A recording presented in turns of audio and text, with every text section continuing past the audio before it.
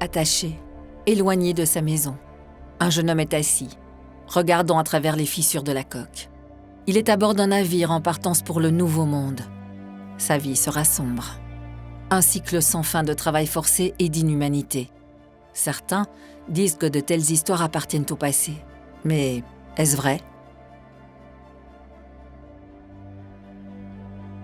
L'esclavage touche encore des millions de personnes dans le monde.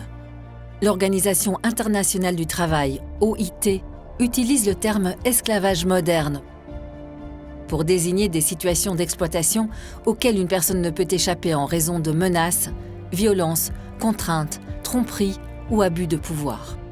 L'esclavage moderne concerne le travail sous la menace, mais aussi des cas peut-être moins perceptibles. Dans certaines régions d'Afrique de l'Ouest et d'Inde, par exemple, des jeunes filles peuvent être contraintes à l'esclavage rituel, remises à un prêtre et obligées d'accomplir des corvées pénibles, voire à caractère sexuel. Nous n'avons pas besoin d'une définition précise de l'esclavage moderne. Nous devons plutôt nous pencher sur les situations concrètes et les personnes qui en sont les victimes. Sur les 40 millions de cas d'esclavage moderne recensés par l'OIT en 2017, plus de la moitié, 58%, étaient des femmes et des enfants. Les victimes du travail des enfants, de la traite des êtres humains et d'autres formes d'exploitation au travail se retrouvent tout au long de la chaîne globale d'approvisionnement, notamment des produits agricoles, des fruits de mer, des vêtements, des chaussures, de l'électronique, des bijoux et des services tels que la construction ou le travail domestique. Certaines personnes sont maintenues en esclavage pour dette. Elles sont condamnées à rembourser des dettes insurmontables par un travail sans fin, parfois sur plusieurs générations.